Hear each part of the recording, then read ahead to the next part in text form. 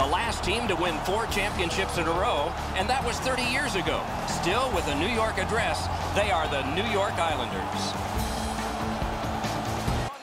What's going on, guys? It's Mr. Athletic 9916. Welcome back to the Pittsburgh Penguins via GM here on NHL 16. We're in New York for the final game of the 2015 preseason. As you see, the Islanders get an early lead, and we're down early in this one. The Islanders will go on to win this game, actually 3-0. Just briefly going through the highlights of this one, and as I said, the game doesn't really matter. It's just the last preseason game. I think by this point, I was so anxious to get on to the regular season that I just couldn't. I just wanted to get through this game so quick, and I really wasn't focused on playing. I just wanted to get to the regular season. So probably a mistake. Could have used this as a learning experience of a game, but you know, that's the way it happens. So for our first game, we'll be heading to Dallas. So after this game ends, you only see it for a few seconds because it's only on my screen for a few seconds, but the coach is going to call a meeting, say to the guys, hey, it's a long season. We've got to get off to a good start. Let's get out there. Let's do our best. Let's get a win. Let's go to Dallas. In the big brick building where hockey is played, this is Dallas. And the fans are dressed in green, black, and gold for their Dallas Stars.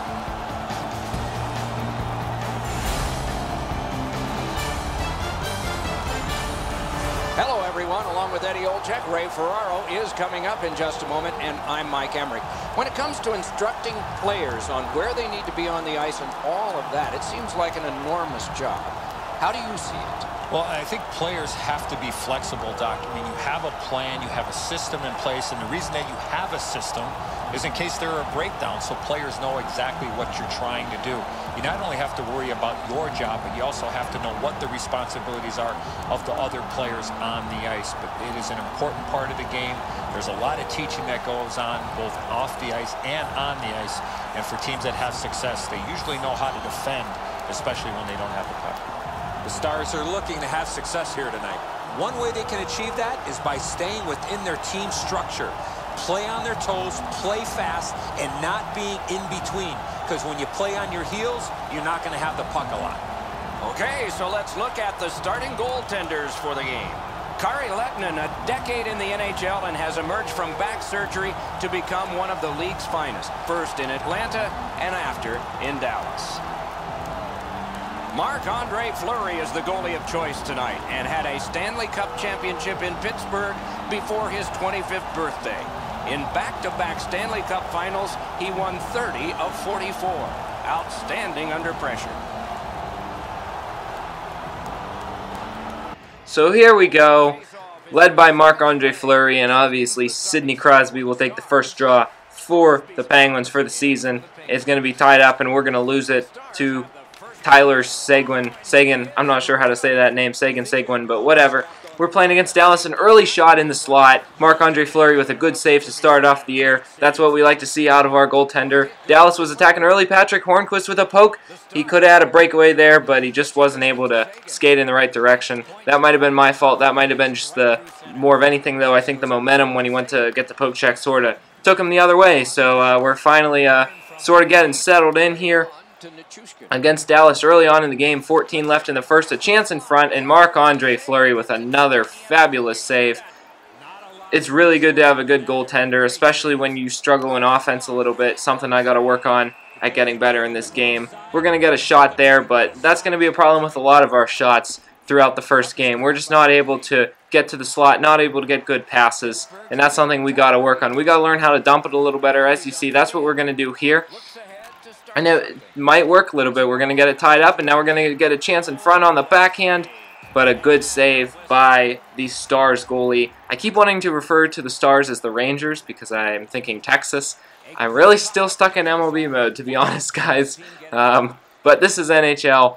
These are the Stars, and they are feisty early on in this game with another chance in front and a big save by Fleury, but it's going to land on his back and go into the goal, and the Stars have a lead here in the first period about halfway through. It's 1-0, sort of a bit of bad luck there. That one just ended up on Fleury's back, and that's Curtis McKenzie with the goal. Take another look at what happens here. If you look real closely, it goes right over his helmet. Maybe we'll get a better angle here. Yeah, see, it's on his back. He goes to swipe it off because he realizes it's behind him, but that motion actually just pushes it right into the net. So maybe a little bit of bad luck for us right there. As we go to the end of the first period, it's 1-0. The Stars trying to get another chance, but a good block by the Penguins. And not really much we can do here, but get a semi-bad shot off to end the period. We would have had a steal right there at the end, so that's unfortunate, but we just ran out of time. So the Stars lead it 1-0 after the first. I'll go to the locker room, try to regroup, try to get a goal to even it here in the second. We're giving a C- overall, so not great. We had more shots than the Rangers, as you see, but that's the issue. We got to work on getting quality shots instead of just taking bad shots. That's the hard thing here on NHL 15, especially when you haven't played the game for a while. So here we go to begin the second. Crosby back for the face-off. He's going to lose another one. I did not lose a ton of face-offs in this game. It just seems like the ones that are in this video, they got cropped for the video I lost. But there's another example of just not playing well. I should not have taken a slap shot there. I should have set up a play, dumped it in, made a pass, something like that.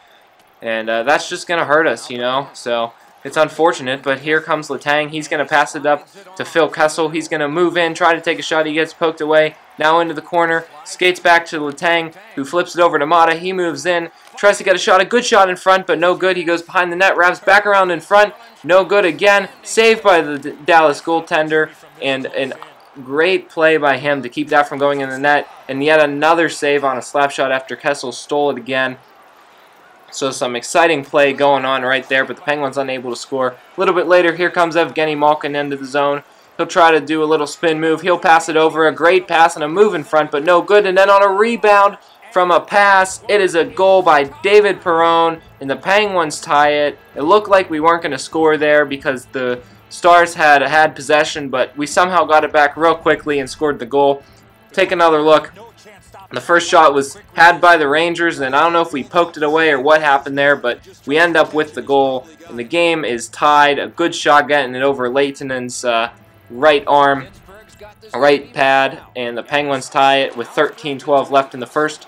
Flash forward a few minutes, that's pretty much blatant tripping by me right there. I went for the poke check, and I tripped a guy up. That's the penalty I get the most on this game because I do use the poke check a lot, and it's actually one thing in hockey games that I've actually been very good at throughout the years is how to use the poke check. But the downside is when you use the poke check a lot, that's going to lead to a lot of tripping penalties. Just not meaning to do it, but that's sort of what happens here.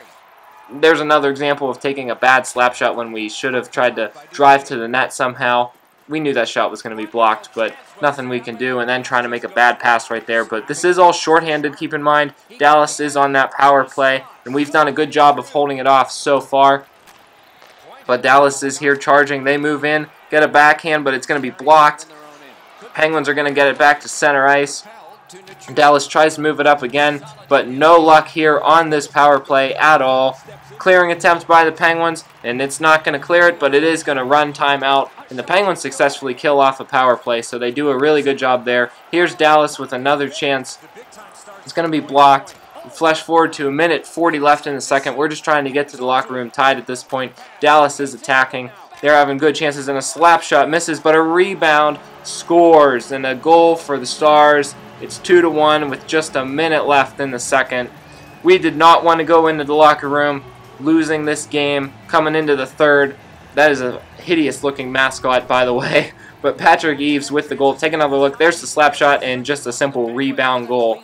So we are going to finish the second off. Not really able to do anything there. As you see, though, Dallas has another power play because I believe it was another tripping call. I just realized I did not put it in the video, but at the end of the second, am I replaying this? I don't know what happened there. I think I messed up with putting the clip in or something like that. Yeah, I think I played it twice, so apologies for that, but there was the penalty, and now we go to third. But the Penguins do another good job, and they kill off another power play by the Stars, so that's good. Here's a chance in front, and once again, just a failure by me to perform offensively. Dallas is going to block that shot. That could have been an easy goal right there. I don't really know what I'm trying to do here. I got a shot in front. That was actually a good redirect and a good rebound. Unfortunately, no shots were in the right spot there. So we're getting towards the end of the game. 3 minutes left. Trying to do anything we can to even this game up just to force overtime. and there's not really much we're going to be able to do. 48 seconds left. We're in desperation mode right now. About to pull the goalie pretty much. Maybe I should have done it, but I don't know if I can trust myself, to be honest. Dallas is getting a bunch of really good shots off, so obviously I can't pull it right now. Maybe I should have pulled it when I had it in my zone, but as you can see, it's not going to matter because Dallas scores, and that's going to end the game. They're going to win it 3-1. A disappointing way to start off the season, but I want to thank everyone for watching this video. Make sure you comment, rate, comment, and subscribe. Especially subscribe if you want to track the Penguins through the rest of this 2015 be a GM and seasons in the future as well. So once again, thanks for watching. A disappointing loss. I think the problem tonight, we just couldn't get offense going, and you're going to see that's going to be a problem I'm going to struggle with quite a bit through the first few weeks of the season. So I haven't played past it many more games yet, but I've got to work on that, you know. Got to go back, watch the tapes actually from the games. Hey, I record all the games. I might as well go back and watch all the tapes, right, and see how I can get better. The defense is fine. I just got to figure out how to score some goals. So we'll get there.